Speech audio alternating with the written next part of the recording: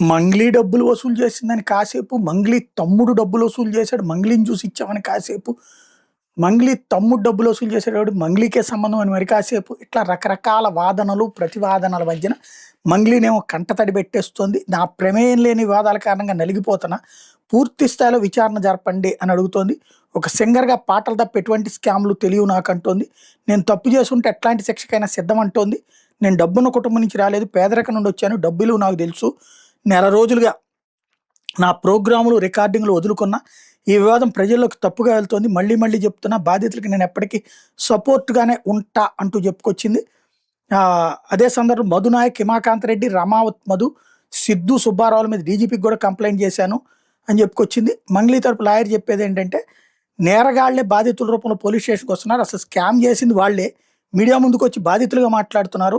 శుభాక్షేత్ర business అనే పేరుతో company ఏర్పాటు చేసి ఎండీగా ఉన్నాడు మధు. ప్రస్తుతం బాధితుడిగా మళ్ళీ మీడియాతో మాట్లాడుతున్న హిమాకాంత్ రెడ్డే ఆ కంపెనీ ఎగ్జిక్యూటివ్ డైరెక్టర్గా ఉన్నాడు. ఈ స్కామ్తో మంగ్లీకి ఎట్లాంటి సంబంధం లేదు అని ప్రకటిస్తున్నారు.